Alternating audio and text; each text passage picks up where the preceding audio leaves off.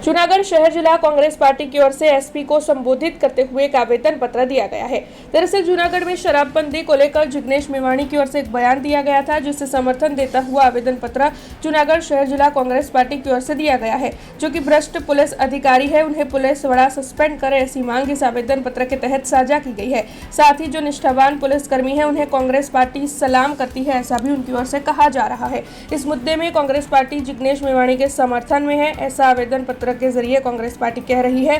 तब आवेदन पत्र में सरकार के सामने कई प्रहार कांग्रेस पार्टी की ओर से किए गए हैं। तब आइए सुनते हैं इस मामले में जूनागढ़ शहर जिला कांग्रेस पार्टी का क्या कहना है। तब आपको बता दें कि हाथ में पोस्टर, बैनर और तिरंगे लिए हुए नारेबाजी करते हुए ये सभी एसपी को आवेदन पत्र देने पहुंचे थे। એના બીટમાં કાંઈ પણ જુગાર પકડાય, દારૂ પકડાય તો એને સસ્પેન્ડ કરે છે, ખુદ એસપી સાહેબ કરે છે। તો ખરેખર તો માન લો કે પ્રત્યક્ષ પરોક્ષ રીતે પટ્ટો ઉતરી ગયો કહેવાય ને।